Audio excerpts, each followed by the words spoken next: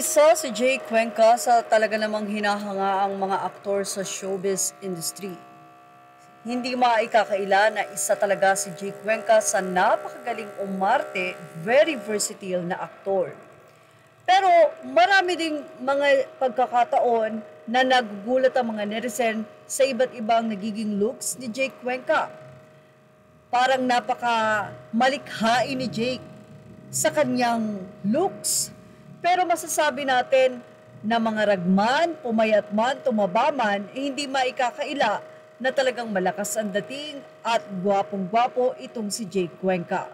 Ngayon ay pinag-uusapan sa social media ang papel ni Jake Cuenca sa Batang Quiapo bilang si Miguelito. Siya ngayon ang isa sa mga inaabangan ng mga netizen. Maraming nagsasabi na napakagaling talagang umarte ni Jake Cuenca. Pero para sa isang direktor na si Ronaldo C. Carvalho o Carvalho, parang hindi enough ang nasabi nga pong acting at looks ni Jake Cuenca upang makumbinsi siya na ito ay nandun pa rin sa dating genre nito sa pagiging magaling na aktor. Narito ang naging pahayag ng nasabi nga pong direktor.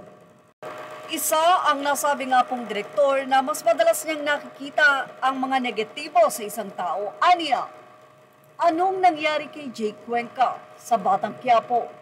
Since day one, say pa niya.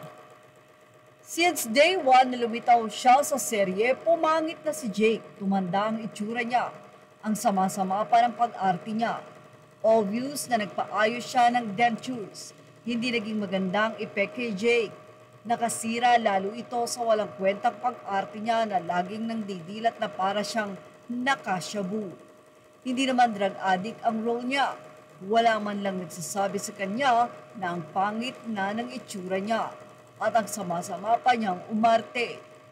Lamon na lamon si Jake ni Coco Astanggol sa husay ng pag-arte ni Coco. Even Angel Aquino and Andrea Brillantes na ang husay. Nilalamon talaga si Jake ng buo-buo sa husay. Ganito man napansin ng direktor o ni Ronaldo si Jake Cuenca, pero hindi ito nagsang-ayon sa iba. Ibig sabihin, hindi nag-agree ang lahat sa kanya. Say na Mark De Castro, o diba, kuha-kuha ni Jake ang inis nyo. Ganyan siya kahusay. Super attached siya sa karakter. Kaya kung ano ang dapat itsura ng karakter, makikita niyo talaga sa pag-arte niya. Ganyan siya kahusay bilang artista.